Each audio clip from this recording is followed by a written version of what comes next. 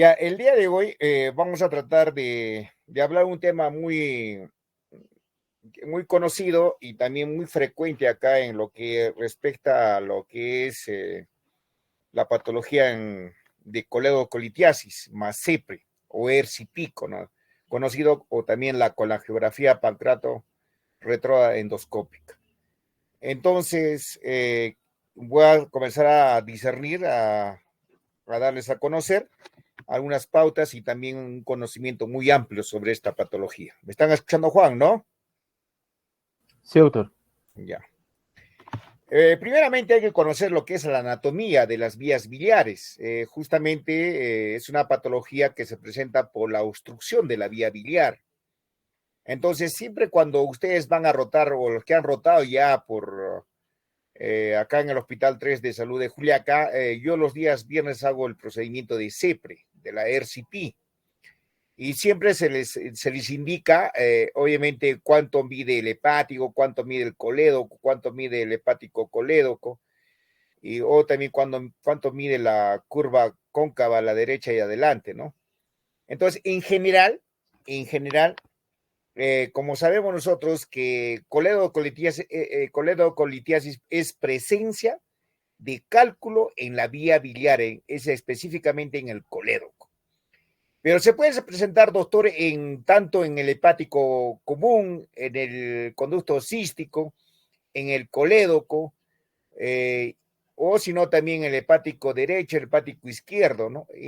Puede ser intrahepático. Claro que sí, se puede presentar en cualquier parte, podemos encontrar un cálculo. Y estos cálculos, obviamente, se tienen que, una vez diagnosticado, sí o sí se tienen que sacar o obviamente eh, quedar, qué cosa, que el colédoco sea permeable, que no esté presente el cálculo. Entonces, lo más importante es que ustedes van a ver, estás acá en el gráfico, ven el puntero, Juan, Sí, sí se nota, doctor. el puntero, ven, ¿no es cierto?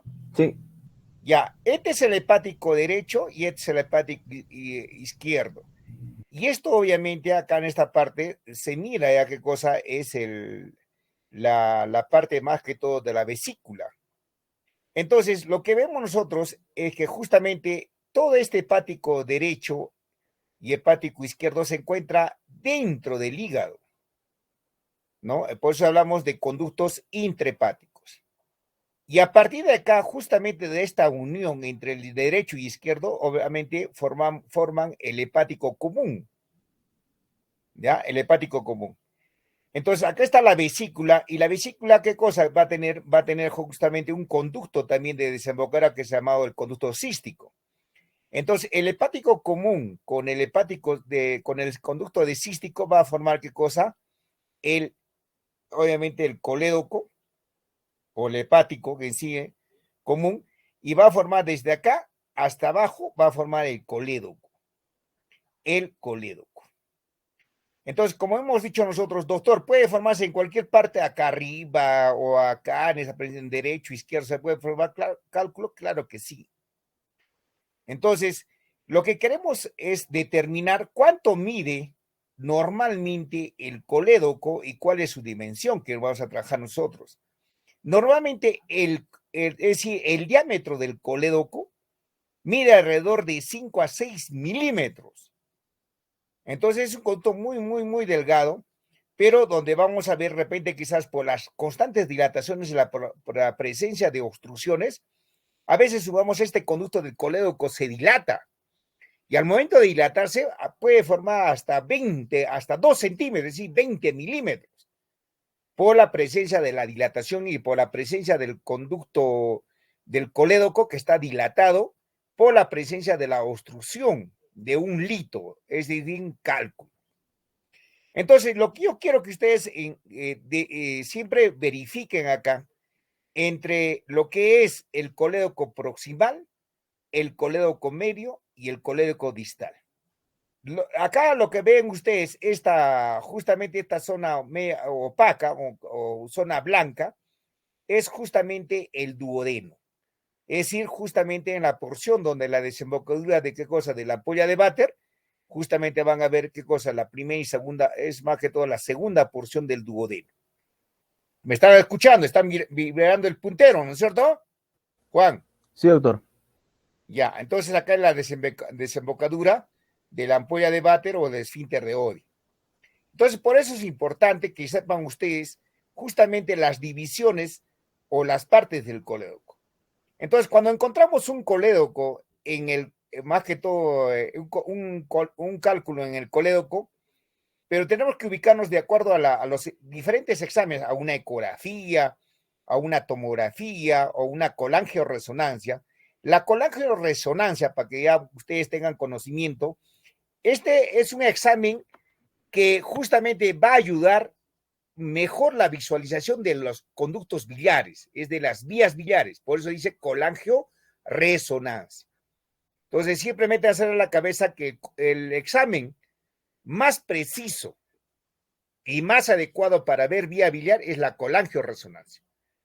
Ahora, si yo quiero determinar, por ejemplo, con mayor exactitud, es decir, si hay cálculo, no hay cálculo, hay una lesión tumoral, etcétera, con más de menores de 0.5 milímetros, es decir, de 3 milímetros, de 2 milímetros, de 1 milímetro, me va a ayudar qué cosa, no la colangioresonancia, me va a ayudar qué cosa, la ultrasonografía, es decir, la ecoendoscopía.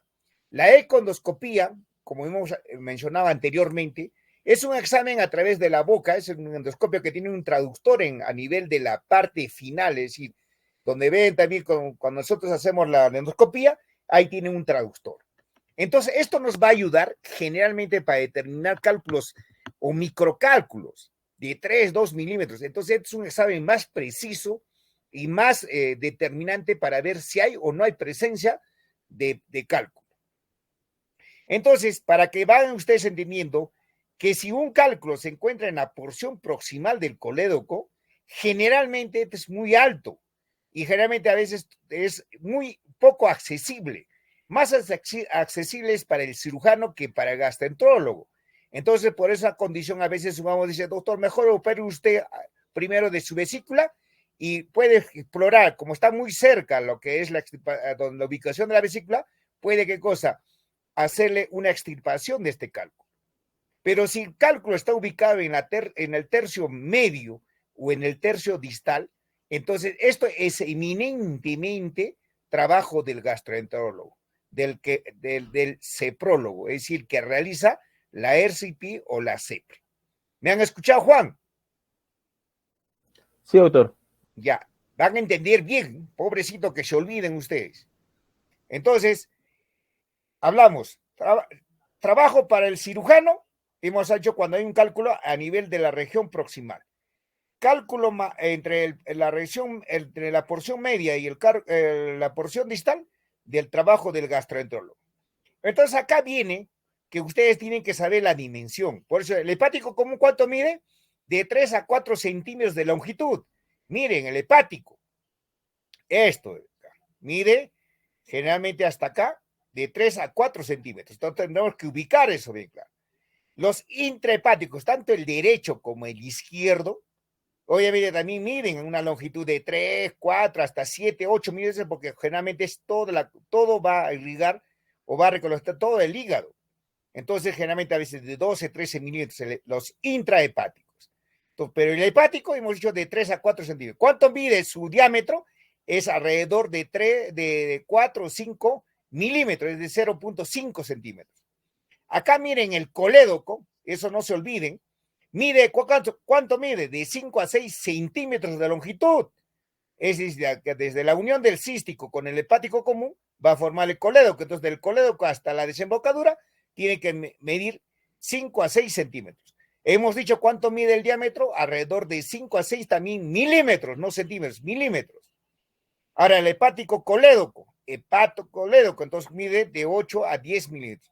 Entonces ya la porción ya más arriba, es decir, desde el colédoco hasta lo que es el hepático. Ahora, la curva cóncava a la derecha o hacia adelante es una, como ven ustedes, es cóncava, miren ustedes acá. Entonces es la curva cóncava, que es normalmente el trayecto del colédoco. Entonces, cuando nosotros hacemos justamente la RCP, canulamos y pintamos la vía biliar, siempre vamos a ver esta figura, esto, como lo ven ustedes en el gráfico. Por eso es importante que ustedes sepan. Entonces, acá la anatomía, van a ver ustedes la vía biliar intrahepática normal de 3 a 4 milímetros, como hemos dicho, con o sin como dilatación del colédoco.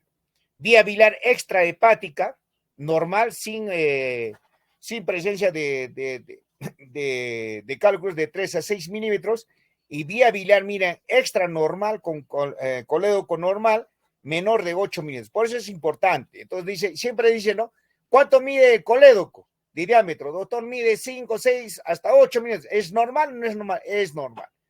Pero si viene un cálculo, un colédoco de 10, 12, 15 milímetros, entonces no, este colédoco está dilatado. Por ende, ¿qué cosa? Que hay presencia de cualquier tipo, puede haber tumor o puede haber presencia de cálculo, por eso se encuentra dilatado por la obstrucción que se tiene.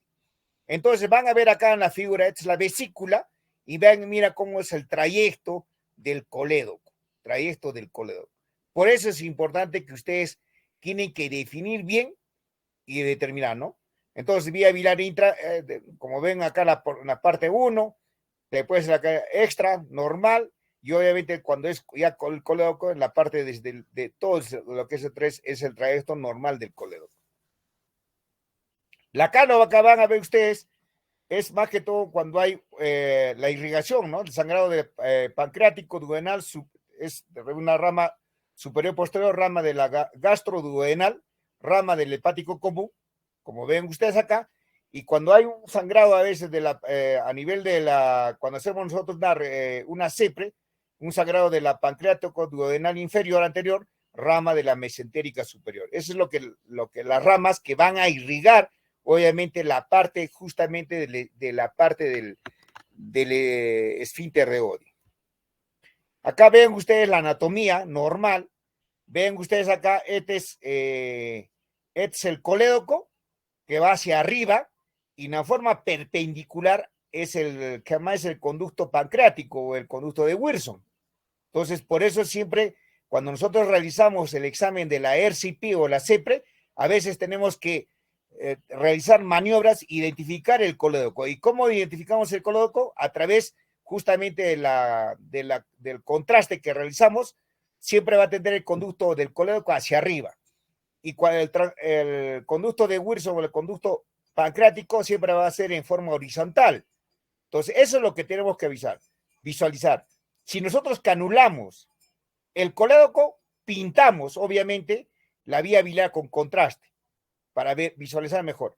Pero si nosotros ubicamos, obviamente, con el arco en C, que es más que todo el examen para hacer visualizar la vía biliar, y vemos que es la parte, es como la posibilidad, el trayecto es horizontal, no pasamos el contraste porque nos podemos ir al páncreas. Y si nosotros vamos al páncreas y metemos el contraste, va a haber una reacción. Y al momento de una reacción va a producir pancreatitis post-CEP. Entonces, mucho cuidado en la identificación justamente del colédoco y también la identificación del conducto de Wilson. Por eso es muy importante. Y trabajar, miren ustedes, trabajar con 5 milímetros y el conducto de Wilson, el conducto pancreático mide 4 milímetros. Entonces hay que ser preciso para canular. No es simple realizar un examen de CEPRE, es tener habilidad, tener conocimiento de anatomía, tener también conocimiento de algunas anomalías genéticas que puede presentarse. Miren acá, diferentes formas de presentación, la de A, la de B, la de tipo C y la de tipo E. Miren ustedes la sinistración, esta es diferente, ¿ya? Puede ser alta, puede ser baja. A veces, por ejemplo, puede darse de repente el duodeno tiene dos conductos. Entonces hay que tener el colédoco que diga. Entonces, a veces sumamos, es difícil de identificar, pero con la ayuda con la geografía, por el arco en C, nos va a ayudar mejor a identificar. Acá ven también igualito, miren ustedes, los diferentes trayectos, la A, la B, la C, la D y la E. Vean ustedes, La vesícula, miren el colédoco, las diferentes posiciones que puede dar, hacia abajo, hacia arriba, y a veces es difícil de identificar.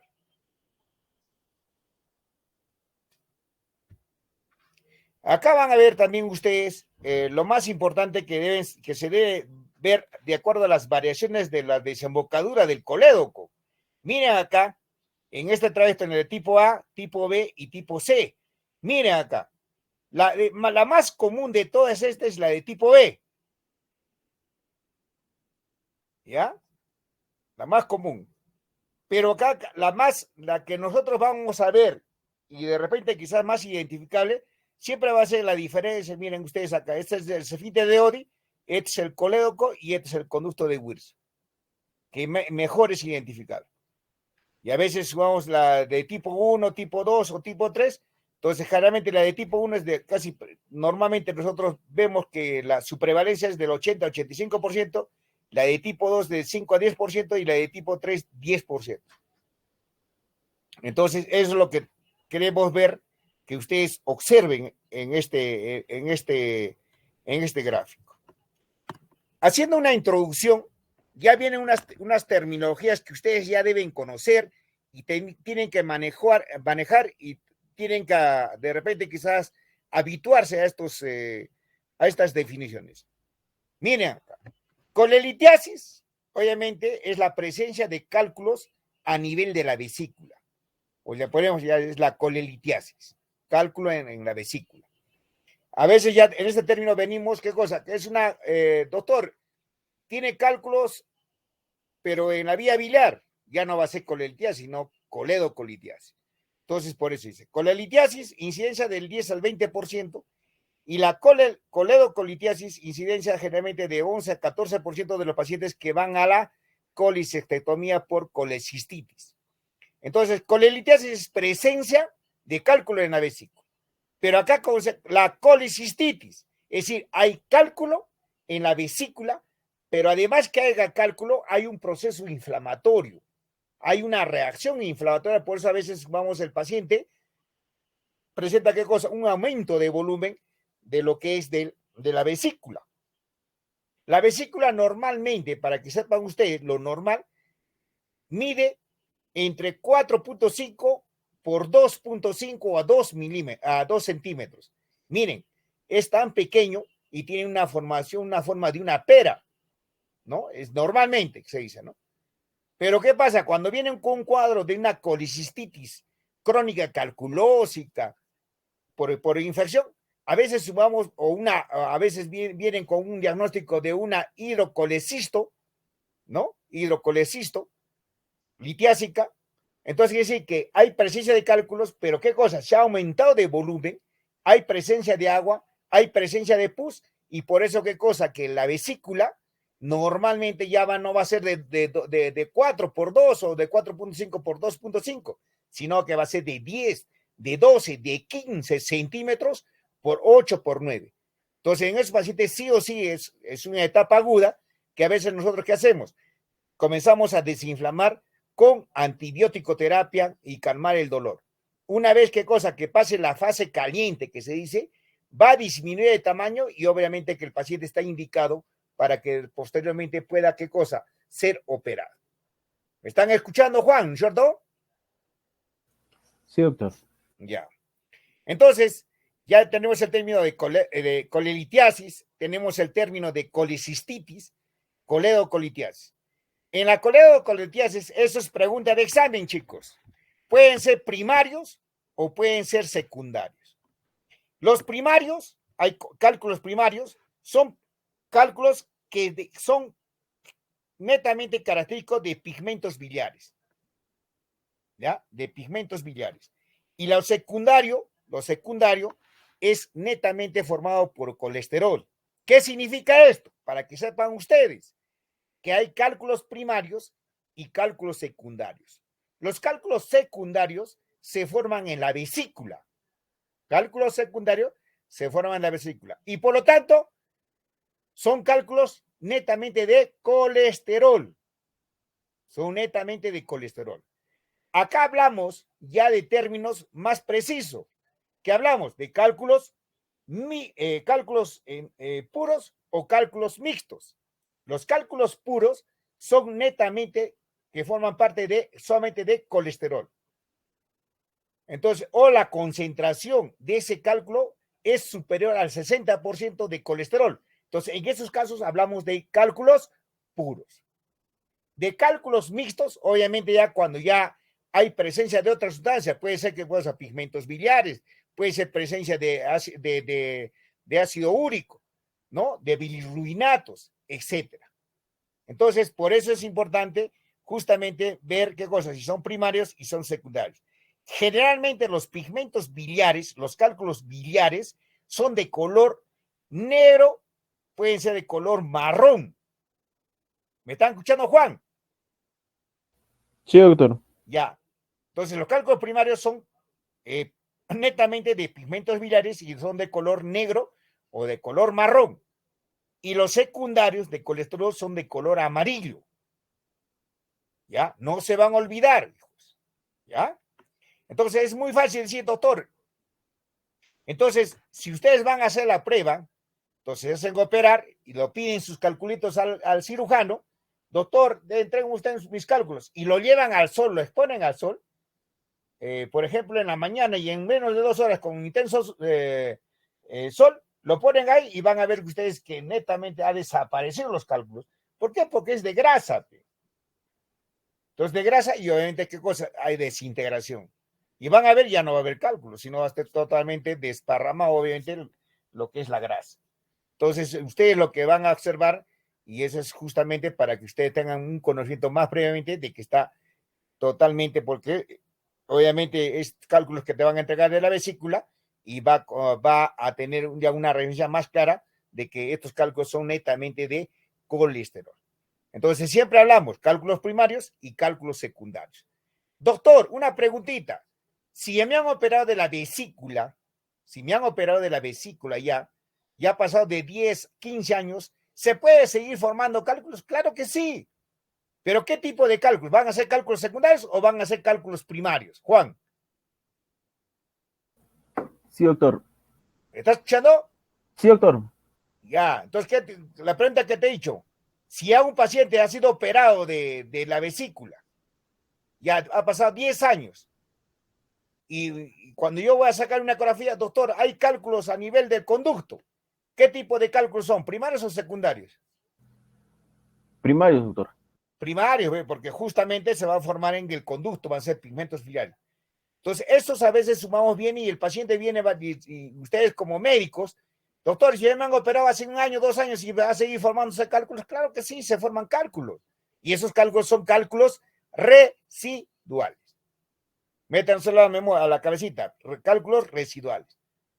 Entonces ya viene otro término más preciso y más conciso para que ustedes vean.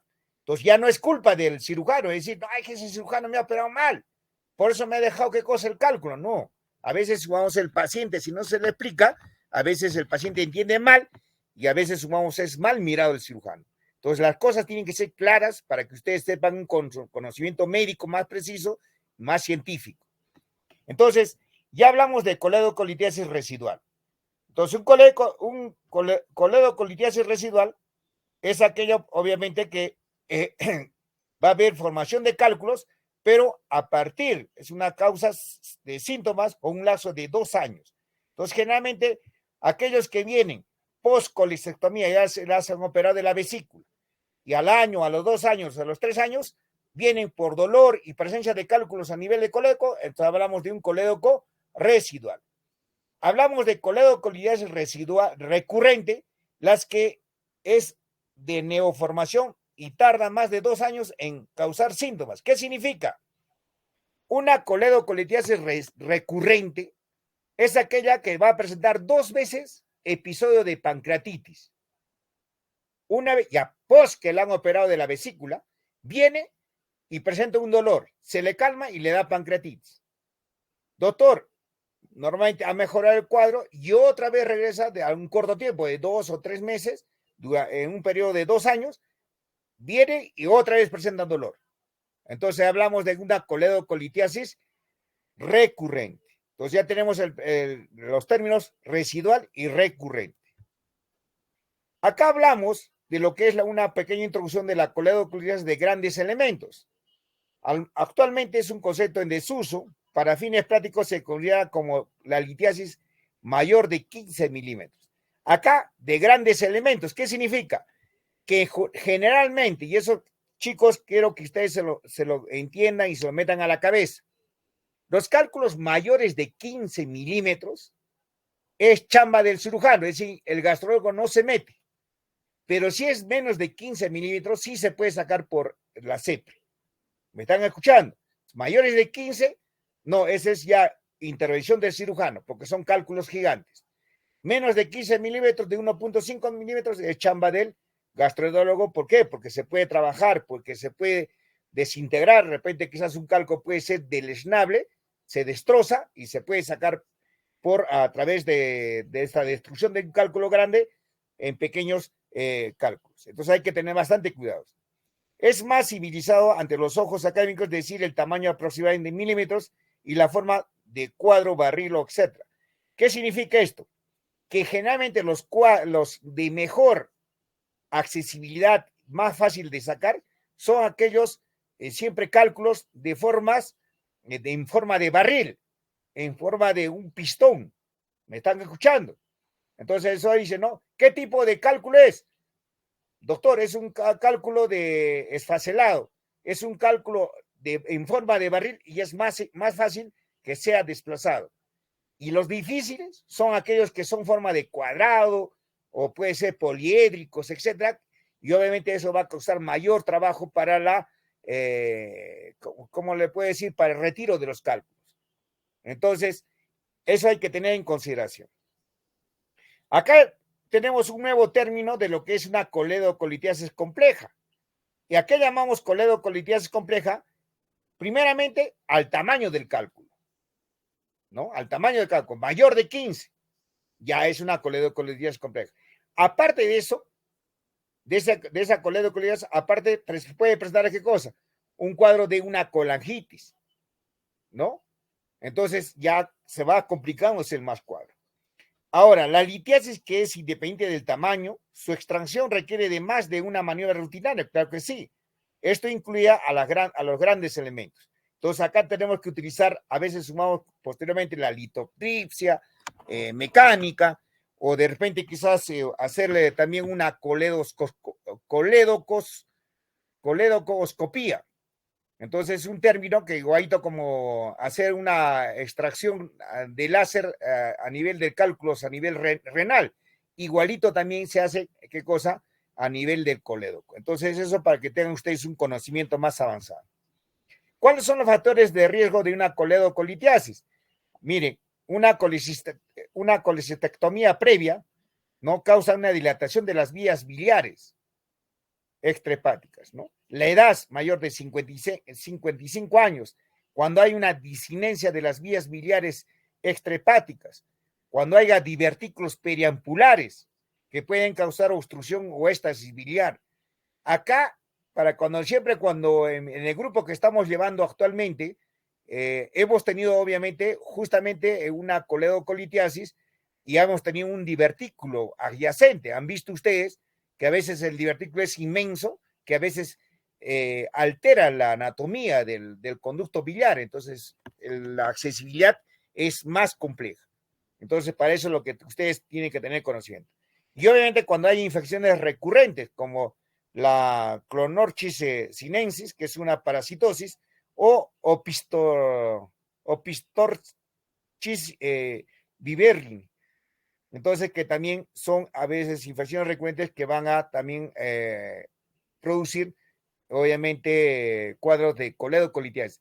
Acá también, como ustedes ven, puede hacer cuadros de una coledocolitiasis, no, por eso su término dice coledocolitiasis, tiene que haber su causa principal, ¿qué cosa es? El cálculo. Pero esa obstrucción biliar puede, ¿qué cosa? Producir un ascaris. Puede producir, ¿qué cosa? Una obstrucción biliar, una fasciola hepática. Y obviamente va a producir, ¿qué cosa? Cuadros de ictericia obstructiva por la presencia de estos parásitos. Entonces, mucho cuidado. Si hablamos de coledocolitiasis, hablamos netamente de presencia de un lito. o de un cálculo. ¿Cuáles son las características clínicas que tenemos tener presente? 10% permanecen asintomáticos, claro, sí. La migración espontánea, generalmente es de 21 a 34%, pueden causar dolor tipo cólico biliar, más sostenido, va a haber ictericia moderada y de curso intermitente. Si la obstrucción es gradual, solo habrá prurito o ictericia. Si la obstrucción es gradual. Si la obstrucción es aguda del conducto pancreático, nos va a dar ¿qué cosa? Una pancreatitis aguda, generalmente 25 al 36%. En las obstrucciones de larga duración, mayor de 5 años, puede producir cirrosis biliar secundaria. Miren cuál es el daño que puede causar justamente la obstrucción de la vía biliar. Está obstruido, va a haber ¿qué cosa? Una colangitis ascendente. Al haber esta colangitis ascendente, va a haber migración de gérmenes hacia ¿qué cosa? Hacia los conductos intrahepáticos. Y obviamente, ¿qué cosa? Va a haber una alteración, va a haber estadios de éstasis biliar, va a haber infecciones repetitivas, y esto a la larga va a producir ¿qué cosa? Cirrosis, fibrosis y cirrosis por el proceso inflamatorio, debido a una cirrosis biliar secundaria. ¿Cuál va a ser la causa principal? Justamente la colangitis ascendente. Pregunta de examen. Entonces, la cirrosis biliar secundaria es producida por los cuadros repetitivos de la colangitis ascendente. Hijos. Y acá viene lo que es las pruebas de laboratorio. A la vez tenemos que ver qué cosa. Justamente si es o no es una coledocolitiasis. Hacemos un perfil hepático, ¿no? ¿Qué vas a encontrar? La AST, la LT, ¿qué cosa? Que se van a encontrar elevados. La AST, ¿no? O la TGO, como se puede decir, se encuentra en el corazón, músculo esquelético, riñones. La ALT es más específica del hígado, ¿no? Entonces, por eso cuando dicen ustedes, ¿no? ¿Cuál es más específica, doctor? ¿La TGO o la TGP? Para nosotros, si hay daño a nivel del hígado, lo más importante es la TGP. La TGP. La fosfatasa alcalina, la gamma-glutamita respectivasa, son enzimas hepáticas que generalmente, si las dos están elevadas, la fosfatasa alcalina y la gamma-glutamita respectivasa se encuentran elevadas, obviamente nos indica la alta probabilidad de que hay una obstrucción a nivel de las vías biliares. Entonces, los dos tienen que estar elevados, ¿no? La fosfatasa alcalina y la gamma-glutamita respectivasa están elevadas. Las bilirrubinas están elevadas. Doctor, ¿puede ser un cuadro de coledocolitiasis? Claro que sí, por las condiciones que se presentan. La bilirrubina total debe ser, normalmente está entre 2 a 5 miligramos por decilitro, generalmente no superiores a los 12 milímetros de mercurio, de miligramos por decilitro. ¿Qué significa esto, chicos? Eso es lo que yo quiero que ustedes analicen y verifiquen. Si viene un paciente joven, paciente, por ejemplo, que viene en edad adulta, o paciente que viene en edad ya, por ejemplo, más de 60 años, 70 años, yo tengo que evaluar primeramente, siempre para mí va a ser evaluar si es superior a 12 miligramos por decilitro. ¿Por qué? Si un paciente con 60, 70 años me viene con 20 miligramos por decilitro, la probabilidad de coledocolitiasis es muy alejada. ¿Qué es lo más seguro? Que hemos dicho en la anterior clase, que generalmente esto me va a indicar por la edad y por los valores de la bilirrubina que son muy altas, un cáncer de vías biliares. Pero si el paciente viene que es joven o es adulto y es menor de 12 miligramos por decilitro, la probabilidad que sea cáncer o que sea coledocolitiasis es alta la probabilidad que es una coledocolitiasis, no un cáncer, sino una coledocolitiasis. Ahora bien, tiene que ver, ¿qué cosa? La lipasa y la milasa, ¿no? Generalmente 3 veces el valor normal, ¿no? Es decir, la milasa generalmente va a ser mayor de 400 para considerarse pancreatitis, claro que sí, ese es el valor que de la pancreatitis, post-CEP. Entonces, la lipasa y la milasa se van a encontrar 3 veces el valor superior, ¿no es cierto? Para que ustedes verifiquen. Los valores que pueden oscilar tanto de las enzimas hepáticas y la bilirrubina indican ¿qué cosa? Que hay presencia de un lito.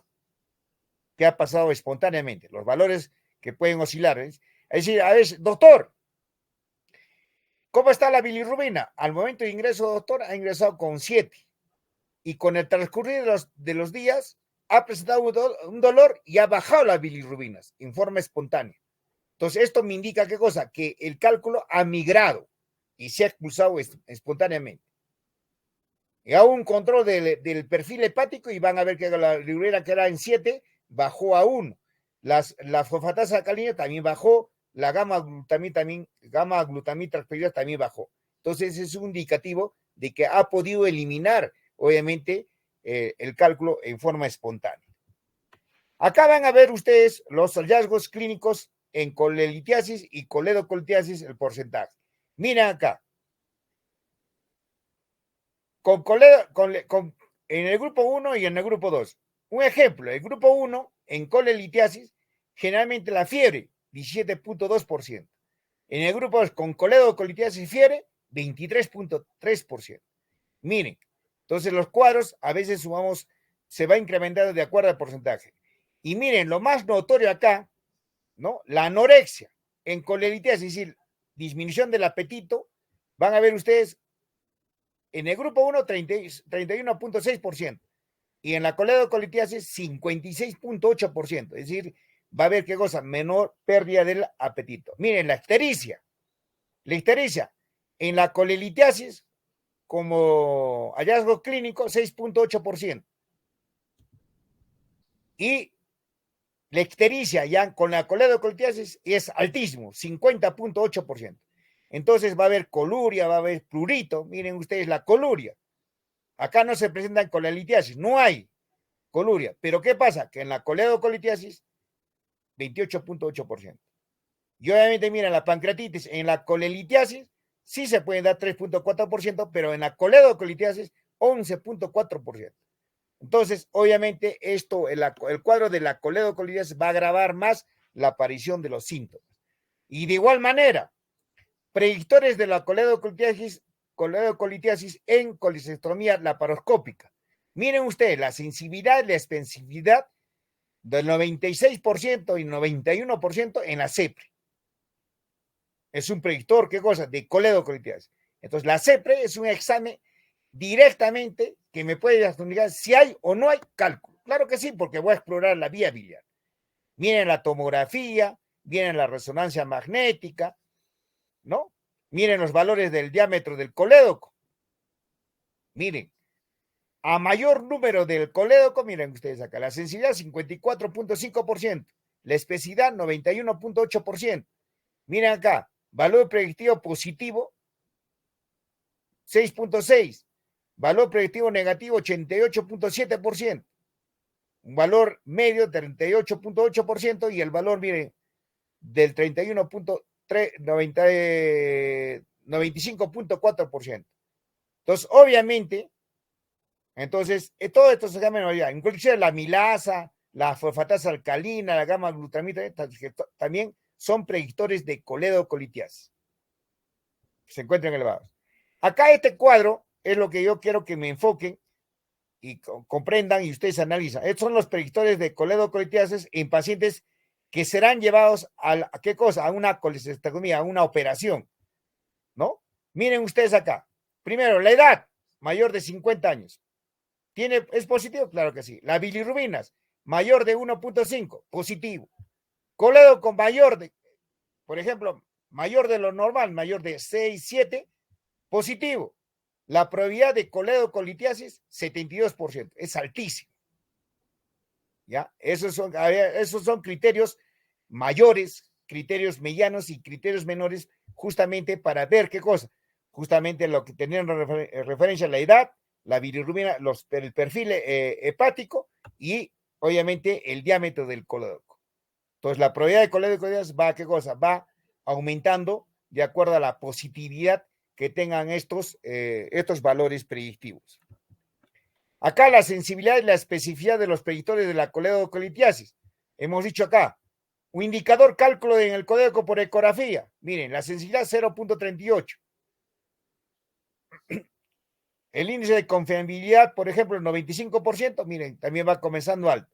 La especificidad también, ¿no? El índice de confiabilidad también del 95%.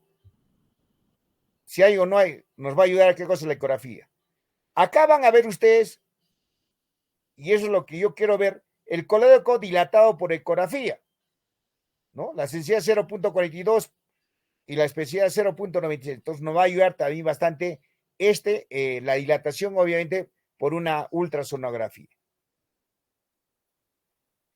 Razones de probabilidad, obviamente también como indicador de la coledocalidad. Miren ustedes, cálculo en el colédoco por ecografía, si hay presencia no hay de colangitis, ictericia preoperatoria, colédoco dilatado por ecografía, etcétera, ¿no? De que también son razones de probabilidad alta para la coledocolitis. Y acá van a ver un fluxograma de pacientes asintomáticos por colecistitis, predictores de coledocolitis. Miren, colecistitis tiene, claro que sí, tienen una colecistitis, una colelitiasis también. ¿Y cuáles son los predictores que me pueden dar qué cosa? Si hay o no hay presencia de cálculo en el colédoco, ¿no? Bajo, intermedio y alto. Miren ustedes, si es bajo, ¿no? Predictores de coledad, una coledad sin colangiografía. Si es intermedio, hacemos la colelat más la colangiografía intraoperatoria, ¿no? O también hacemos un estudio en ese acto, una ecografía, ¿no? Una ultrasonografía laparoscópica. O si no, también si es alto, hacemos la CEPRE. Acá lo que quiero ver en este fluxograma es que ustedes se lleven bien claro una idea. Si yo agarro un paciente que tiene valor predictivo positivo alto, que sí está cursado con un cuadro de una colelitiasis, aparte que le voy a hacer la operación de una colecistotomía laparoscópica, sí o sí tengo que hacerle ¿qué cosa? Una colangiografía intraoperatoria. Tengo que verificar qué cosa, el conducto, el colédoco está libre o no está libre. Si el cirujano, obviamente, no realiza este acto de la colangiografía intraoperatoria, está incurriendo, ¿qué cosa? Una negligencia médica. ¿Me entiendes? Entonces, todo paciente que sea operado de la vesícula por colelitiasis, es decir, cálculo vesicular, sí o sí se tiene que realizar, ¿qué cosa? Una colangiografía intraoperatoria. ¿Me están escuchando, Juan? Sí, doctor. Ya, entonces el cirujano que no realiza ese estudio, obviamente está ocurriendo en una negligencia médica. ¿El paciente sí le puede enjuiciar? Claro que sí. Y con todo el derecho. Entonces, todo paciente que ustedes van a ver, los cirujanos realizan la colestetomía tanto abierta como laparoscópica, tienen que realizar qué cosa en este estudio de la colangiografía intraoperatoria a través del examen, puede ser de una colangiografía estática o una colangiografía móvil. Nosotros acá en el hospital, en el seguro, lo realizamos porque tenemos el arco en C. Entonces nos ayuda bastante. Entonces, una vez verificamos la vía biliar, no hay un problema, lo cerramos y definitivamente el tratamiento que estamos dando ha sido óptimo y obviamente no vamos a incurrir de repente quizás la presencia de un cálculo residual después de la operación. Acá van a ver ustedes, miren ustedes la imagen de la ultrasonografía, la sensibilidad para detectar la dilatación del colédoco mayor de 6 milímetros en pacientes con vesícula y 8 milímetros en colestetomía. Acá van a ver ustedes, miren, si yo encuentro en la imagen de la ecografía que el cálculo es mayor de 6 milímetros, es un paciente ¿qué cosa? Que recién lo vamos a operar. Pero si yo encuentro a través del examen de la ultrasonografía que es mayor de 8, 9, 10 milímetros, ya el paciente ya ha sido operado, le han realizado una colecectomizada, o sea, son pacientes que le han realizado el electrooperatorio de la vesícula. Por eso en todos los pacientes que ya ha sido operado, es decir, usted, señora, ¿es posoperada de la vesícula? Sí. Entonces, cuando vienen con el reporte de la ecografía, dice, ¿cuánto tiene el conducto del colédoco? Doctor, está en 8, está en 10. No me preocupo, porque es posoperado de la vesícula. Pero si el paciente tiene una vesícula, tiene cálculos y el colédoco está en 12, 13, ahí sí me preocupo. ¿Por qué? Porque durante de repente, quizás en cualquier momento, ha migrado un cálculo y está obstruyendo. Por eso se ha dilatado. ¿Ya? Entonces, la sensibilidad, también la de la ultrasonografía, la sensibilidad para detectar litiasis en colédoco es generalmente del 22 al 55%. Esa es pregunta de examen. ¿Ya? Por eso es casi generalmente nos ayuda bastante la ecografía. Acá ven a ver ustedes ya los diferentes estudios que se realiza, cuál es la sensibilidad, cuál es la especificidad para determinar si hay o no hay presencia de cálculos. Miren, la tomografía del 55 hasta el 77% de sensibilidad, la tomografía, la especificidad es del 72 al 73%, y miren ustedes acá, van a ver que la colangiografía intraoperatoria, miren, la sensibilidad y la especificidad alcanza casi del 100%. Entonces, por eso es más seguro realizar qué cosa, la operación de la vesícula y revisar la vía biliar. Por eso es importante. Y miren ustedes acá, la CEPRE, también la sensibilidad y la especificidad es alta, casi mayor del 95%. Miren, la ultrasonografía laparoscópica con respecto a lo que es la econdoscopía o la ultrasonografía endoscópica, miren ustedes, los valores también son altos, casi al 100%. Miren, la econdoscopía o la ultrasonografía endoscópica es del 89 al 95%, del 94 al 97%. Por eso es importante tener estos exámenes y justamente ya, si nosotros vamos a realizar, identificamos un cálculo en la vía biliar, sí o sí tenemos que realizar la CEP.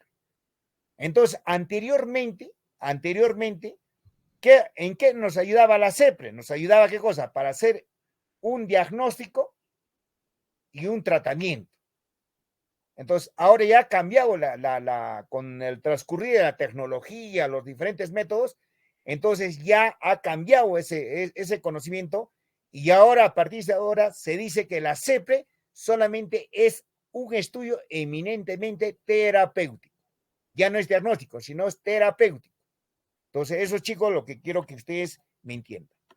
Y acá un cuadro muy bonito de una tomografía, obviamente, tomada, y van a ver ustedes acá en la flecha un calculito acá. ¿Ves? ¿Cómo nos ayuda la presencia de un cálculo en la vía biliar? Acá también van a ver ustedes, mira, muy bonito. Esta es también una tomografía, y van a ver dónde está la flecha. Miren, la presencia de un punto negrito, mira cómo ve, es la presencia de un cálculo. ¿Ya? Un cálculo.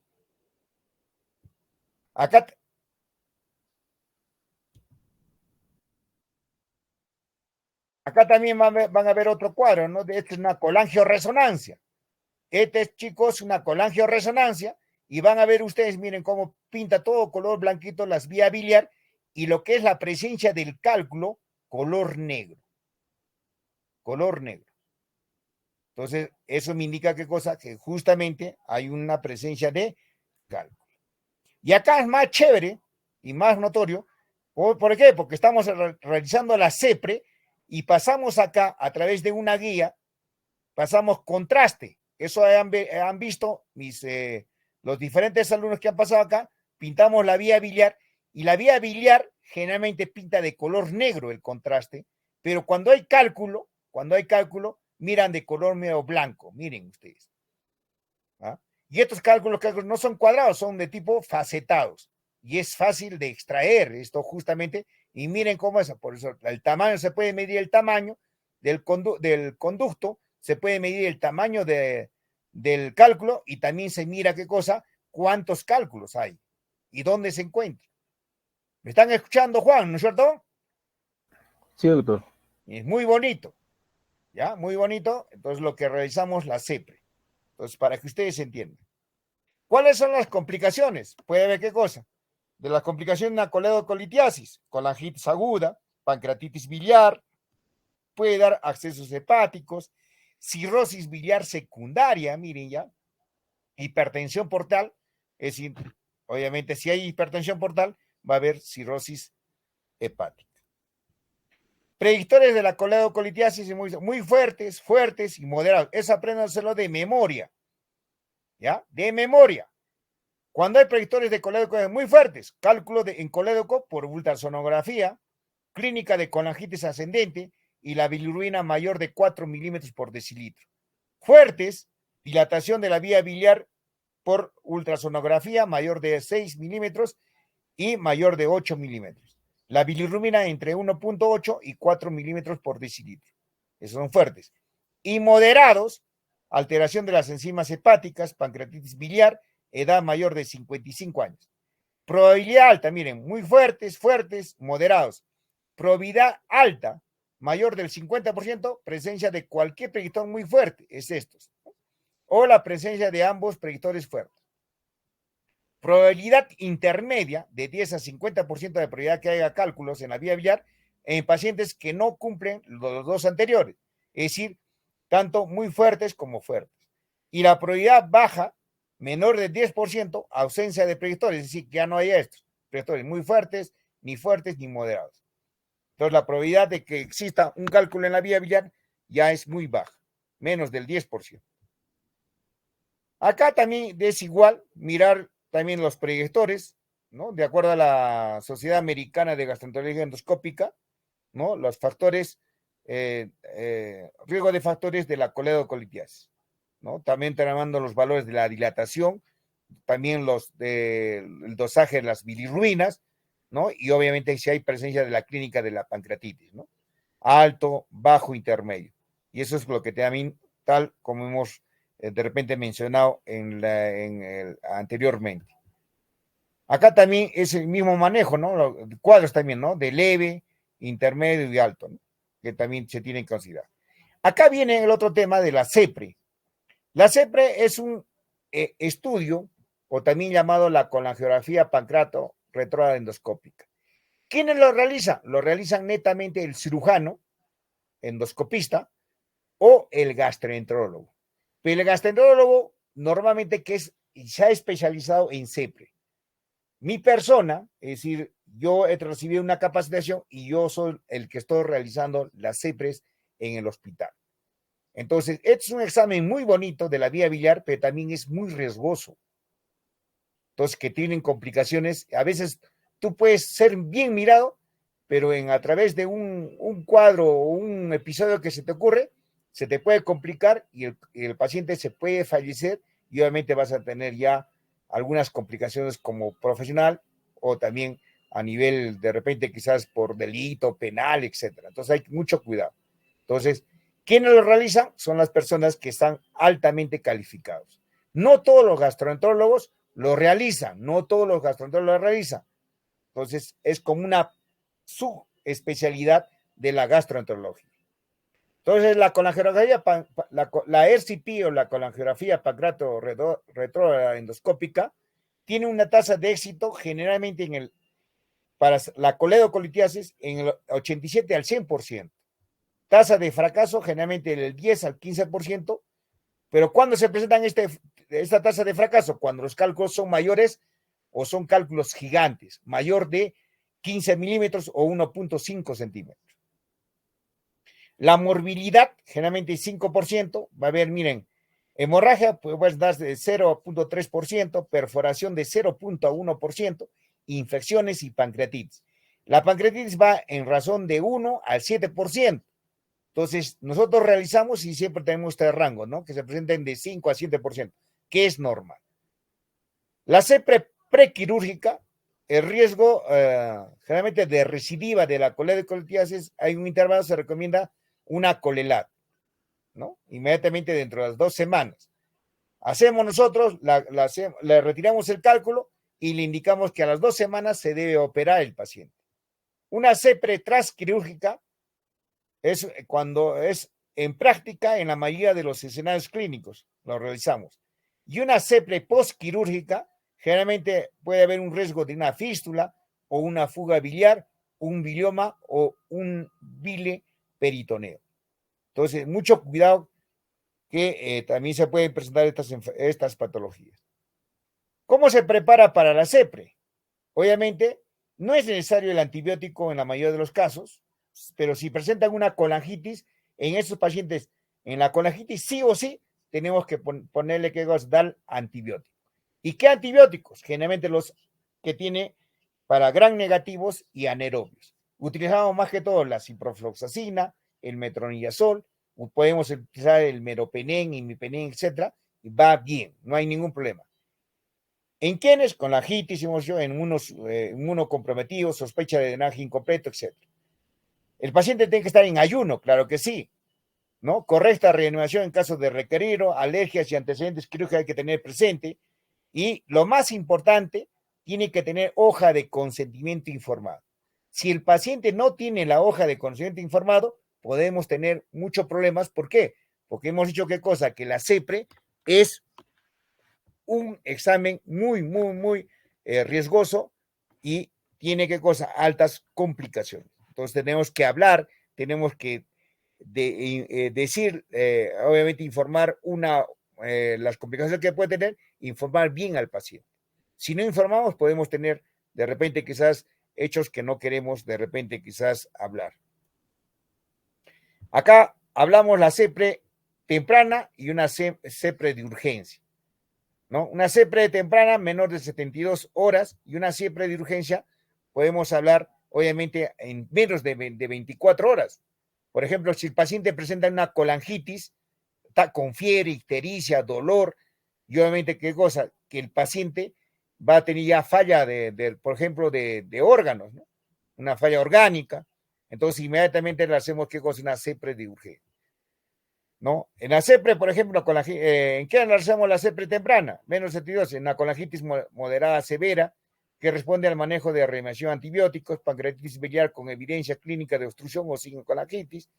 Y cuando hacemos que una CEPRE de urgencia con colangitis severa que no corresponde al manejo de reanimación, hacemos el drenaje biliar, es el objetivo más mejor para la extracción de los litos. O si no, si miren acá, colocación de stent biliar. ¿Cuándo utilizamos la colocación de stent biliar?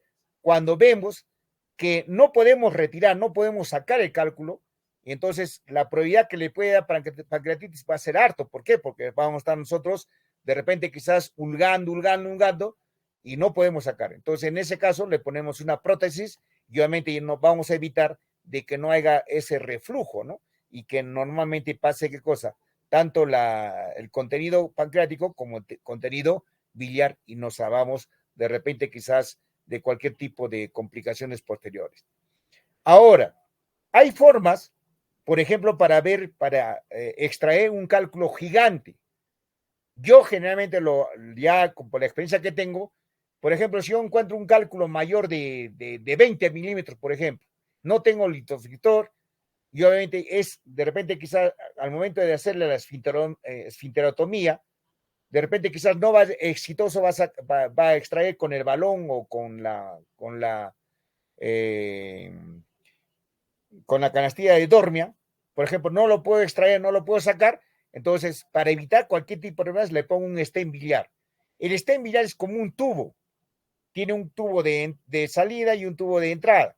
Entonces, es un tubo permeable, es como un sorbete, para que entiendan ustedes. Entonces, pongo este stent biliar en el conducto y veo qué cosa, que justamente como hay un espacio como un tubo, entonces va a salir normalmente el conducto, va a circular normalmente la bilis y el paciente no va a presentar ningún tipo de pancreatitis. Además, yo puedo dejar de repente 2 semanas, 4 semanas en un mes, y cuando yo voy a verificar, hago un examen de una ecografía, a veces sumamos con el mismo roce que tiene el cálculo con el tubo, se deshace el cálculo. Entonces, obviamente, ya no hay cálculo, comienzo a retirar, obviamente, el stent y terminado y solucionado el problema de la obstrucción por esta presencia de la litiasis, de este lito a nivel del colédoco. Acá viene qué cosa, la colangiografía, ¿no? Hemos dicho qué cosa, la sensibilidad para identificar litos es del 89 al 93%, puede haber falsos negativos y en litiasis pequeña menor de 5 milímetros en conductos dilatados. Entonces eso me va a ayudar qué cosa, a veces hay falla en la colangiografía, pero hemos dicho que es más específico la CEPRE y la ultrasonografía endoscópica. ¿Y qué es la esfinterotomía? La esfinterotomía es un corte, ¿no?, que se realiza a nivel del esfínter de Oddi. El esfínter de Oddi, para que ustedes sepan, la función principal es ¿qué cosa? Permitir de no el pasaje de qué cosa, de todos los gérmenes que puede existir a nivel de la segunda porción del duodeno, no permite qué cosa, el pasaje de estos gérmenes hacia el conducto biliar. El conducto biliar, el contenido es estéril, hijos, es estéril. Entonces, si nosotros vamos a sacar un cálculo y el esfínter de Oddi es como un puntito de 1 a 2 milímetros, tenemos que ampliar para sacar el cálculo. Y en esta situación tenemos que cortar. Y al momento de cortar, obviamente el esfínter de Oddi se va a ampliar. Ya no va a ser de 2 milímetros, sino de 4, de 6, de 8. Y esto me va a permitir, ¿qué cosa? Una mayor luz del conducto. Y obviamente puedo extraer el cálculo. Pero a lo posterior, ¿qué va a pasar? De que este conducto no se va a cerrar, va a estar permanentemente para toda la vida abierto. Abierto. Y obviamente, ¿qué cosa? ¿Qué va a pasar? De que a nivel del intestino, de la segunda porción del duodeno, hay gérmenes y estos gérmenes van a ascender hacia arriba. Y va a producir a veces una colangitis, una cirrosis biliar secundaria por esta colangitis ascendente. Por eso mucho cuidado. Entonces, lo que se quiere, ¿qué cosa? Es realizar una esfinterotomía, sí o sí, cuando yo estoy seguro que hay cálculo en el colédoco. Si no, no realizo la esfinterotomía. Pero en los por ejemplo, en los pacientes que vienen por pancreatitis primer cuadro, segundo cuadro, y hablamos de una pancreatitis recurrente, en esos pacientes sí está indicado hacerle una esfinterotomía, tenga o no tenga cálculos. ¿Para qué? Para ampliar la luz del esfínter de Oddi. Entonces, por lo tanto, hacemos una esfinterotomía empírica, ¿no? Cuando no se tiene certeza de la existencia de la coledocolitiasis, hemos hablado. Sin embargo, incrementa junto en el barrido con el balón la detección de litiasis pequeñas menores de 5 milímetros. Se recomienda incluso antes de realizar la colangiografía, hay una descompresión para evitar el riesgo de la bacteriemia con la inyección del contraste, claro que sí, la esfinterotomía. Puede realizarse con corte o puede ser por coagulación, ¿no? Normalmente que se hace. No hay diferencia de pancreatitis post-CEPRE, acá claro en esfinterotomía, ¿no? Se realiza hasta donde los límites anatómicos lo permiten, teniendo como siempre un margen donde está ubicado el pliegue duodenal transverso. Si yo haciendo el corte, paso este pliegue duodenal transverso, lamentablemente se va a producir una perforación del duodeno. Y obviamente vas a tener complicaciones y obviamente se va a formar un neumoperitoneo. Y obviamente el paciente a veces nosotros podemos ser sujetos a que nos denuncie el paciente. Por eso es muy riesgoso estos exámenes. Y acá tienen ustedes la esfinterotomía. Miren ustedes acá, ¿no? Esta es la ubicación del cálculo del esfínter de Oddi, es de la ampolla de Vater. Miren ustedes cómo canulamos y cómo realizamos el corte. Juan, ¿me están viendo, no es cierto? Sí, doctor. Acá miren ustedes, tenemos el esfinterótomo y acá tenemos como un alambrito para que se vean ustedes. Ya es el cable, ¿no? Y realizamos el corte.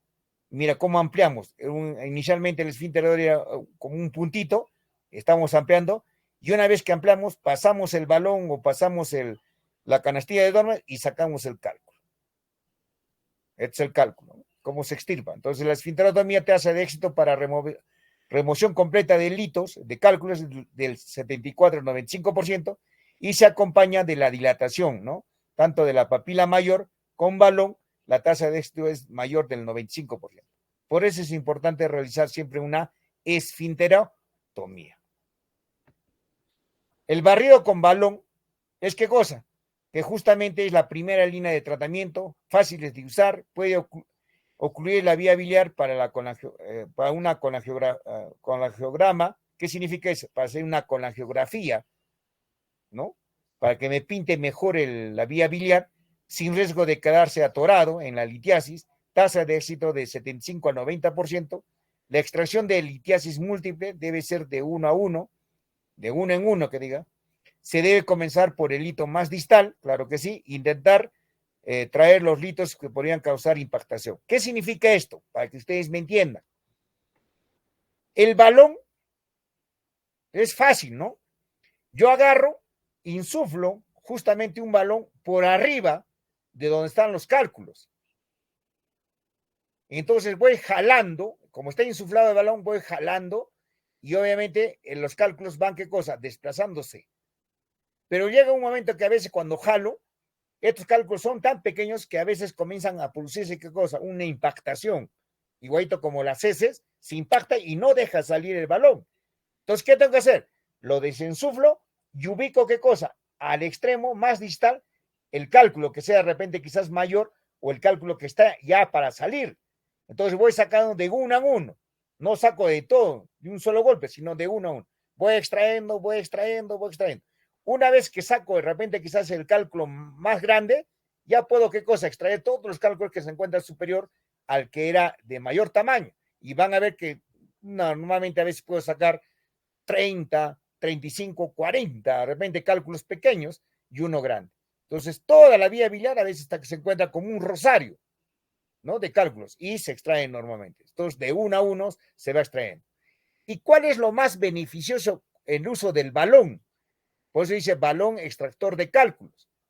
Entonces, lo más seguro es ¿qué cosa? Que a veces sumamos, se atora el balón.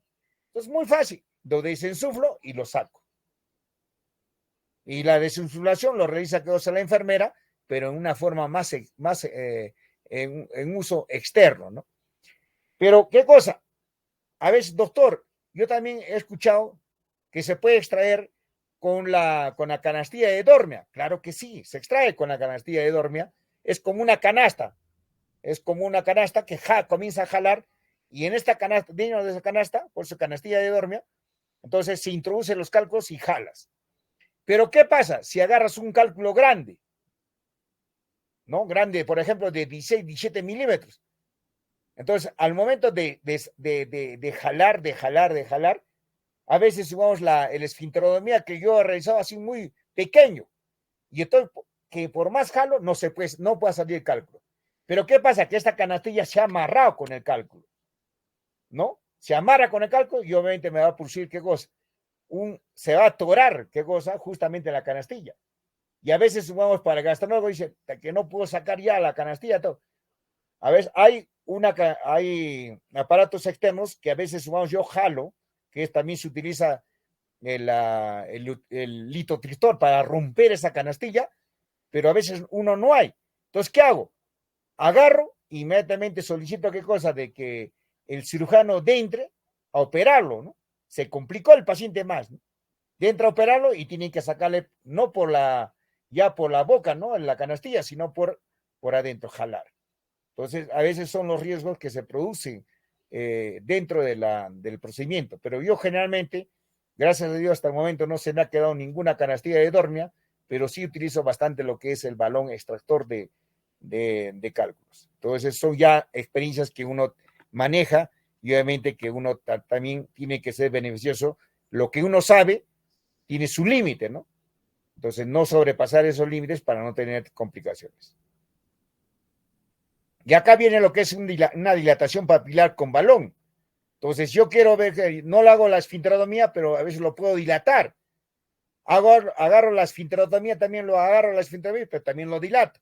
Entonces, eso no me va a indicar, está indicada en casos selectos como la coagulopatía, miren, pacientes con coagulopatía, divertículo periduodenal, hemos visto nosotros pacientes, anatomía alterada, no se aconseja cuando hay estenosis biliar, eso sí, ¿no? Cuando hay cáncer, dilato y comienza a sangrar el paciente.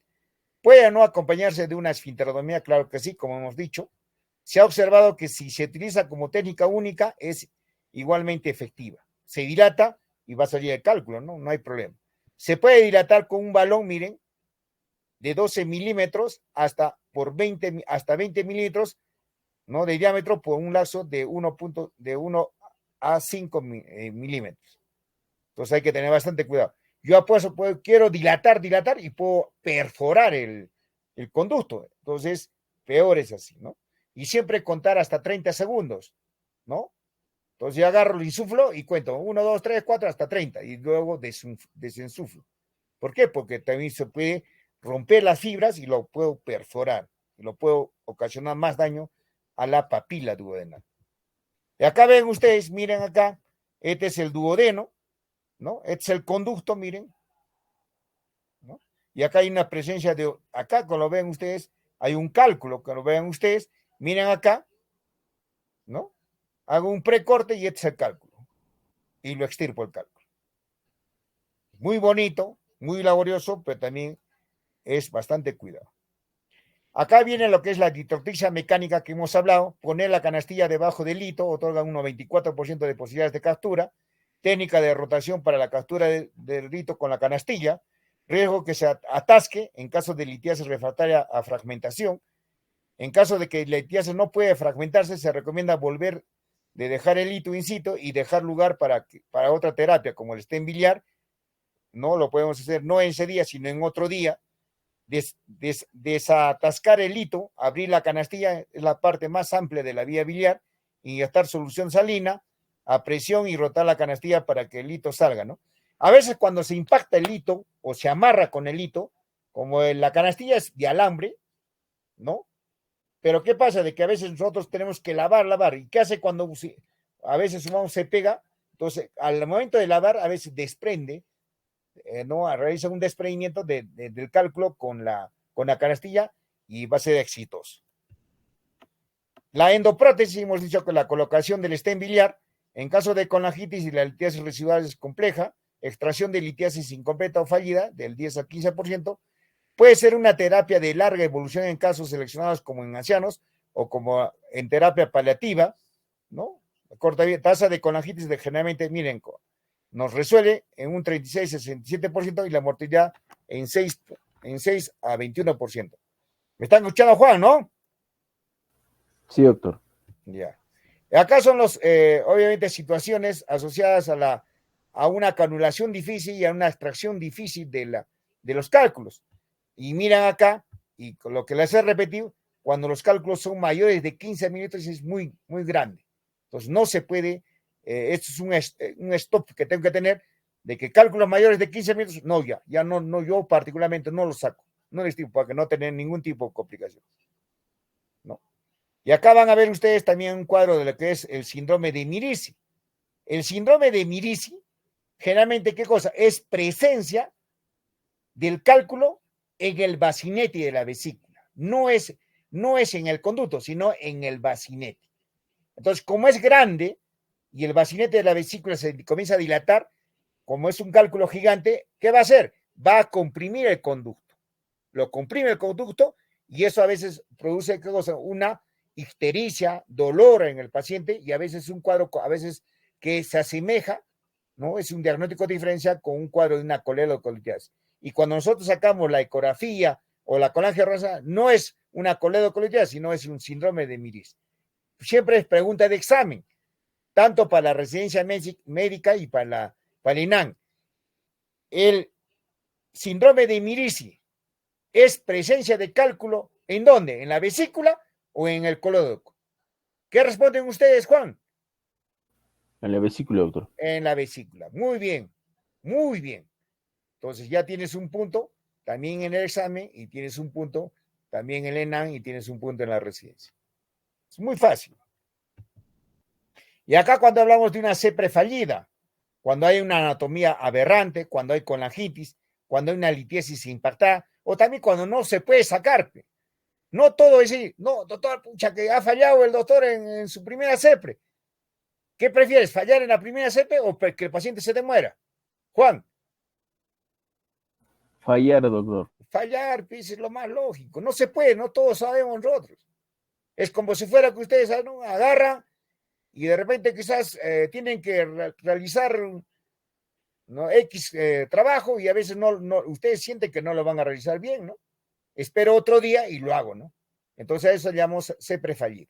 De repente ese rato no lo puedo canular, espero de repente un día, dentro ingreso y lo hago mejor, ¿no?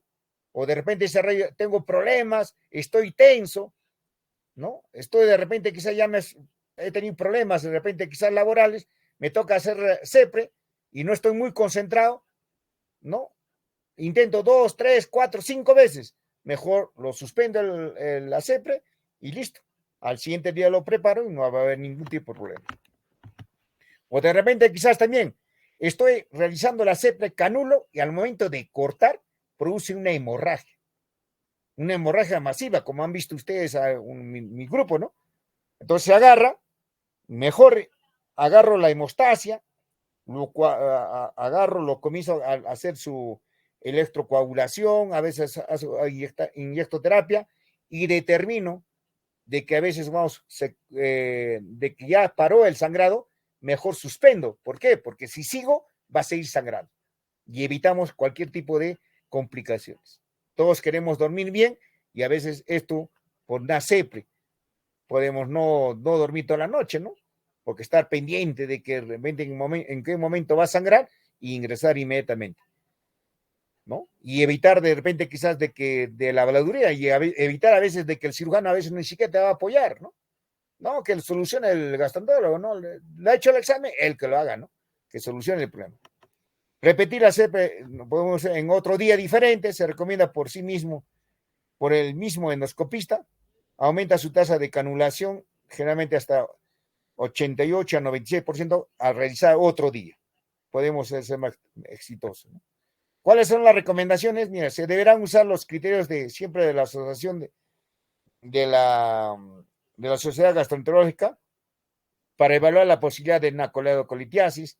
Pacientes de bajo riesgo deberán someterse a colecistectomías sin evaluar vía biliar cuando hay bajo riesgo. Si el paciente tiene riesgo indeterminado para coledocolitiasis, hay que usar la ultrasonografía endoscópica, hemos dicho bien claro, para confirmar el diagnóstico, ¿no? En los microcálculos pequeños. Pacientes con criterios fuertes deben someterse a evaluación biliar, claro que sí, criterios fuertes, generalmente con CEPRE. Otra recomendación es realizar la colecistectomía durante el mismo internamiento por pancreatitis biliar, claro que sí.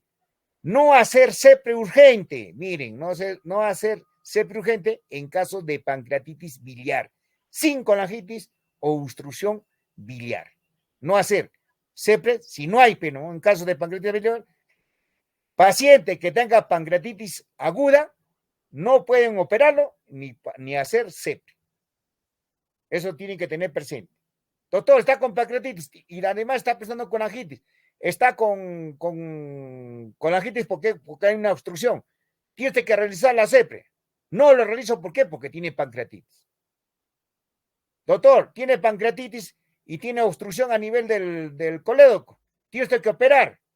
Tampoco no se opera hasta cuando se resuelva el cuadro de la pancreatitis. Eso tienen que tener presente ustedes, hijos, futuros médicos, que tienen que tener bien claro este conocimiento.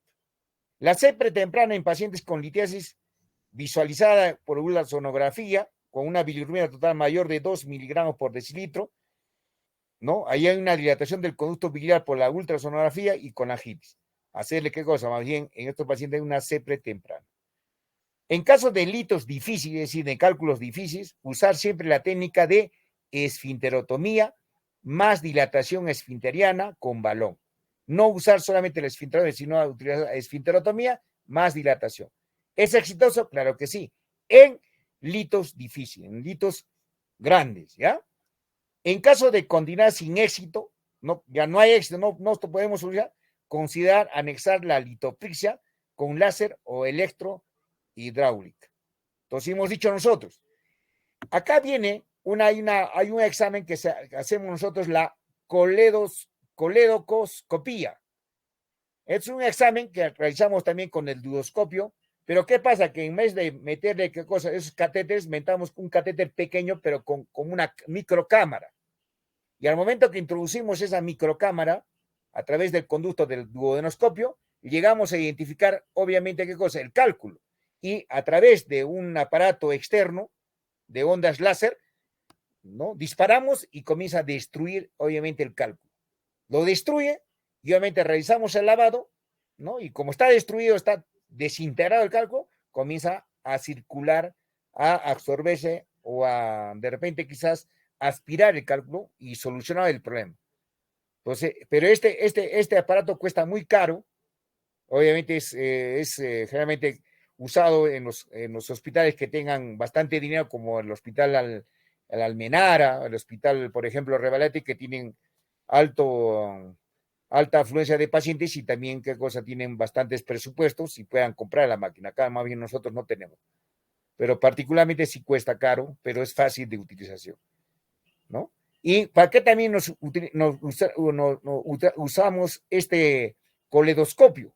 Justamente para determinar si hay presencia de unas tumoraciones malignas o benignas. Doctor, pero ¿cómo usted puede ayudar con este examen? Claro que sí. Cuando nosotros hacemos un cepillado a ciegas, usted, ¿no? Doctora, alta probabilidad que tenga cáncer en la vía biliar.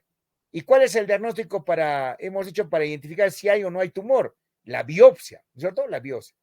Pero ¿qué pasa? Que no tenemos el aparato, no podemos introducir al conducto las pinzas, hacemos un cepillado, ¿no? Es así como los cepillan los dientes, o ahí comenzamos a cepillar el conducto. Y a veces no cogemos las células cancerígenas, pero con este coledoscopio yo sí puedo agarrar y puedo ubicar exactamente la lesión y tomo la biopsia. Es más certero y más fidedigno, que nos va a ayudar, y es más preciso el examen. Por eso es importante hacer este estudio de la coledoscopía.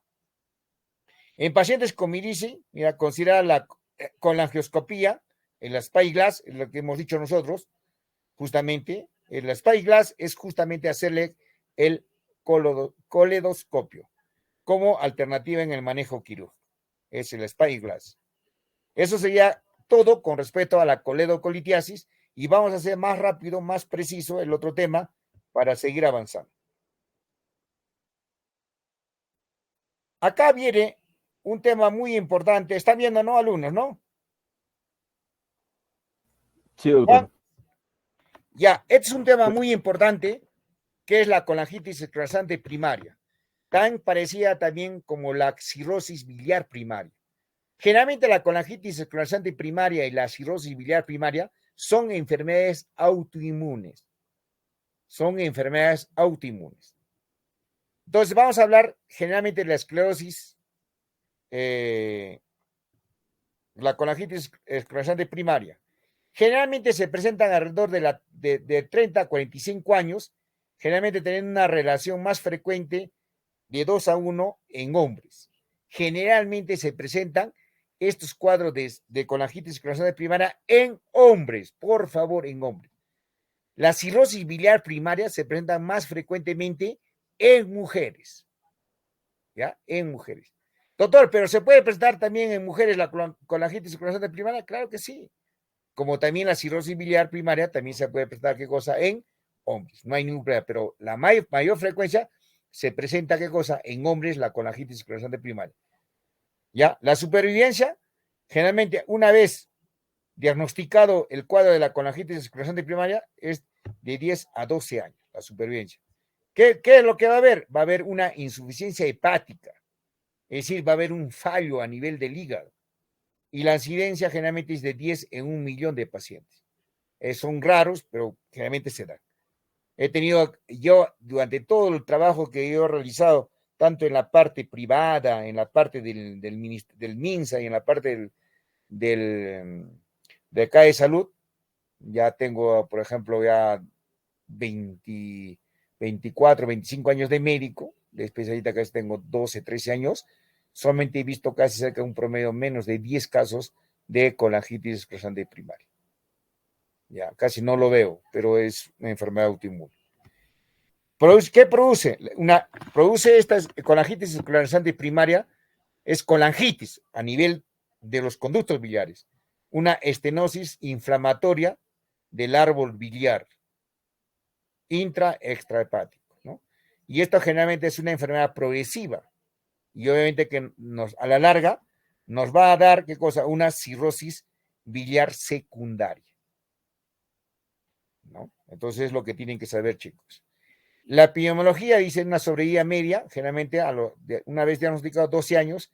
La etiología es desconocida, hay una predisposición genética, Puede también haber una causa bacteriana, pero generalmente es netamente una predisposición genética.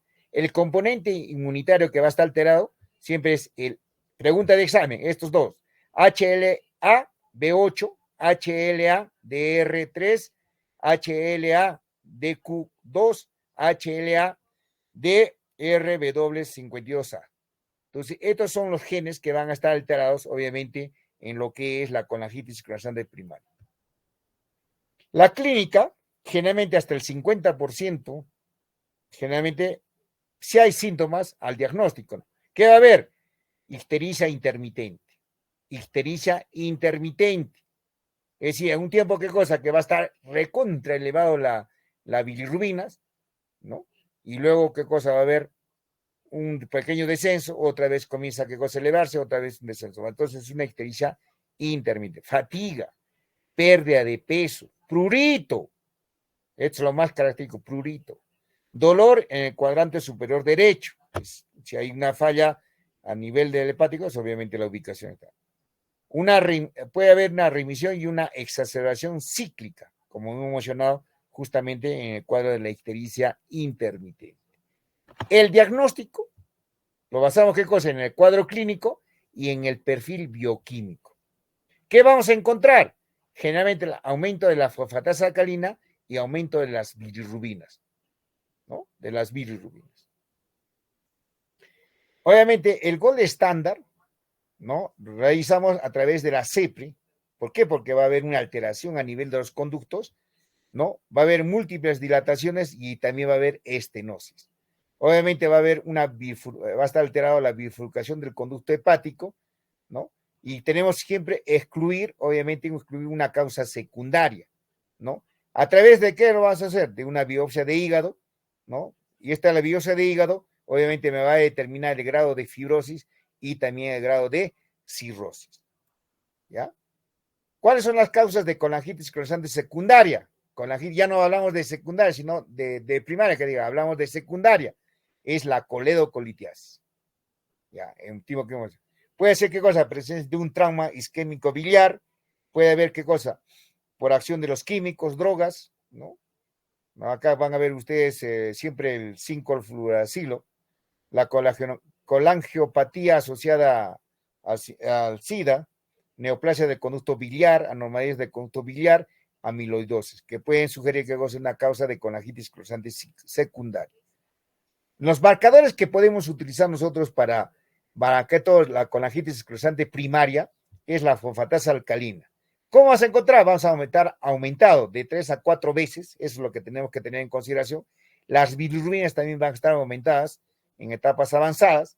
Generalmente estos pacientes van a venir con unas bilirrubinas totales de valores de 15, 16, 17, siempre a predominio, puede ser, a veces sumamos directos o indirectos, pero generalmente más a predominio directos, como hay cuadros de estenosis, una reducción del conducto, obviamente va a haber un proceso con una obstrucción, ¿no? Y la bilirrubina directa va a estar elevada, ¿no? Acá van a ver ustedes algunas alteraciones, por ejemplo, citoplasmáticas neutrofilos 24%, anticarnidolpinas 66% y antinucleares el 53%. Acá también van a ver ustedes siempre lo que va a estar alterado va a ser el ANCA, el ANA, obviamente con valores altos, ya precisamente para determinar la colangitis sclerosante primaria. Y van a ver ustedes, miren acá en el gráfico, estos son unos estudios de imagen, y miren ustedes acá, estos son conductos biliares, y van a ver, mira, que hay unas ciertas dilataciones y una estenosis, una estrechez de las vías biliares. Miren acá, es una alteración. Por eso hay estenosis multifocal a través del barro biliar combinados con segmentos de conductos dilatados. Vean ustedes acá. Y la estenosis puede variar de 1 a 2 milímetros, o también pueden variar hasta centímetros las dilataciones. ¿No? 5% de pacientes con colangitis sclerosante de pequeños conductos, ¿no? Generalmente nos va a ayudar, miren ustedes, dilataciones y estenosis, ¿no? ¿Y qué nos va a ayudar? Una colangitis normal, pero enfermedad hepática diastale en perfil bioquímico e histológico que podemos encontrar esta enfermedad. Acá la ultrasonografía, ¿no? Nos ayuda a evaluar los conductos biliares con dilatación o presencia de líquidos y parénquima en cirrosis. La tomografía, su característica morfológica del hígado para la cirrosis. La linfadenopatía periliar es muy común si el hallazgo aislado no evidencia la enfermedad metastásica, generalmente cuando vemos en los cuadros. Miren, la patología, ¿no? Generalmente hay una alteración en los conductos afectados, están rodeados de capas de tejido fibroso e inflamatorio que semejan a un piel de cebolla. Eso es lo más característico, ¿no? Pueden estar afectar, ¿qué cosa? A nivel portal, periportal, a nivel sectal y a nivel de la cirrosis, ¿no? ¿Qué nos va a dar? Cirrosis biliar. Acá miren ustedes, cuando hay una alteración portal va a haber edema portal, inflamación, proliferación ductal. Periportal va a haber fibrosis periportal, va a haber inflamación o con sin proliferación ductal, necrosis que pueden estar presentes o no. Y en la sectal, cuando hay una fibrosis sectal. Esa es la patogenia o la patología de la enfermedad. ¿Cuáles son las enfermedades que pueden estar relacionadas? Miren acá, siempre cuando hablamos de colangitis esclerosante primaria, siempre va a estar asociada a colitis ulcerativa, generalmente 2/3 de los pacientes. Tiroiditis de Riedel, fibrosis retroperitoneal, colangiocarcinoma de 10 al 20% y hepatitis autoinmune. Por eso siempre hablamos de colangitis esclerosante primaria, descartar colitis ulcerativa y descartar hepatitis autoinmune. Y también descartar a veces los cuadros de colangiocarcinoma. Entidades relacionadas son enfermedades inflamatorias intestinales, 70% la colangitis esclerosante idiopática, ya que el diagnóstico generalmente de enfermedades inflamatorias intestinales de 8 a 10 años antes puede haber presencia de colitis, como hemos hablado de una colitis ulcerativa, suele tener una presentación más leve. El riesgo va a incrementar obviamente para la displasia del colon, ¿no? Hay que tener bastante cuidado. Las complicaciones, puede haber una colelitiasis, coledocolitiasis, pólipos en la vesícula biliar, puede haber una colangitis bacteriana, ¿no? Y esta cosa con el diagnóstico me puede ayudar, ¿qué cosa? Una CEPRE, ¿no? Remover el hito o dilatar para facilitar el drenaje de la vía biliar. El colangiocarcinoma ya viene, miren, ya un tema muy aparte. Generalmente es una patología del 8 al 15%. Tiene una sobrevida, generalmente, de 5 meses. Mira, de 5 meses al diagnóstico es el 63%. Ya con metástasis aumenta más. Entonces, todo paciente, y eso lo vas a revisar posteriormente, una vez diagnosticado de colangiocarcinoma, la sobrevida de ese paciente a 5 años va a ser alto. Precursor a una displasia del epitelio biliar, factores de riesgo, obviamente, la edad, el estadio histológico, la enfermedad de colitis ulcerativa, ¿no? El fumar, es una historia de sangrado varicial, ¿no? La sensibilidad para el diagnóstico de la citología 30%, la biopsia 40% durante la CEPRE, ¿no? Y siempre van a ver ustedes el CA, ¿no? 19.9 van a estar elevados, mayor de 100 unidades por mililitro, 75% de sensibilidad y 80% de especificidad. Es en el colangiocarcinoma. La ultrasonografía endoscópica, ¿no? La tomografía por emisión de positrones, ¿no? En la tomografía computarizada, la evaluación de ganglios también nos va a ayudar para determinar la metástasis. El tratamiento, obviamente, de la colangitis esclerosante primaria, utilizamos acá esteroides, ¿no? Utilizamos la sonda en T, lavado y drenaje podría revertir el paciente. Generalmente el tratamiento que utilizamos en la colangitis esclerosante primario, y eso es para que sepan ustedes, es el ácido ursodesoxicólico, de 250 miligramos cada 8 horas. Generalmente esto lo podemos dar por largos tiempos, podemos dar qué cosa, por meses y por años. Pero ¿qué pasa con el ácido ursodesoxicólico? Para que sepan ustedes, produce qué cosa, producen algunos de alteraciones a nivel de la piel, acumulación por ejemplo, de nódulos de grasa. Entonces van a ver ustedes que aquellos que reciban bastante ácido ursodesoxicólico van a ser como unos granos, pero a nivel de las articulaciones, más predominio de los codos. En los codos van a ver ustedes unos nódulos, ¿no? Y van a ver justamente por esto, por el exceso del uso del ácido urso desoxicólico. Pero es utilizable en lo que es la colangitis esclerosante primaria, como también la cirrosis biliar primaria. Entonces, ¿en qué nos va a ayudar este tratamiento? En detener de que no se vaya cerrando más, ¿qué cosa? No haya mucha estenosis, no se va cerrando, ¿qué cosa? Los conductos, a veces sumamos los menores, ¿no? Los más delgaditos. Entonces, evitar de que no siga progresando la enfermedad, ¿ya? Entonces, es la función del ácido urso desoxicólico, ¿no? Acá tienen experiencia, por ejemplo, según Hotpin, resección biliar extendida en combinación con stent y anastomosis entérico-biliares, técnicas de incisión de la bifurcación de los conductos y el árbol biliar, extrahepático, dilatación de los conductos intrahepáticos, stent de silastit y hepato y unostomía biliares, ¿no? Que a veces solamente no van a ser determinantes en el tratamiento, pero pueden ayudar justamente en caso de estenosis.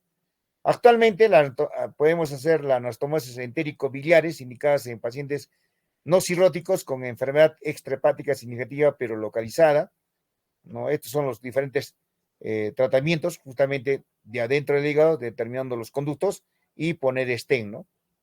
Por ejemplo, acá hay estenosis del conducto hepático con colocación de un catéter transhepático en la bifurcación, ¿no? Acá ven ustedes también, es un stent transhepático, hepato y enostomía, miren ustedes, ¿no? Este es el stent que también nos va a ayudar, qué cosa, justamente para ciertamente que haya drenaje biliar, ¿no? Acá ven ustedes una hepatoionostomía bilateral, que también nos va a ayudar bastante. El tratamiento, dilatación de estenosis y prótesis de vía endoscópica, ¿no? Va a disminuir la morbimortalidad. Trasplante de hígado sería lo más adecuado, ¿no? La sobrevida de 5 años es el 85% y recurrente en el 10 al 20%. Y acá lo que hemos hablado es el ácido urso desoxicólico, ¿no? Que generalmente esa dosis de 15 miligramos por kilogramo de peso, que mejora el perfil bioquímico, pero no mejora la sobrevida, ¿no? Eso es lo más importante. Y el tratamiento sintomático, el prurito, cuando hay bastante prurito, el paciente va a venir con una desesperación, utilizamos la colestiramina, generalmente de 4 miligramos por 3 veces al día, la rifampicina, miren ustedes acá, la sertralina, también utilizamos de 75 a 100 miligramos por día, y obviamente la deficiencia de vitamina A, D y E, justamente que vamos a encontrar en la alteración.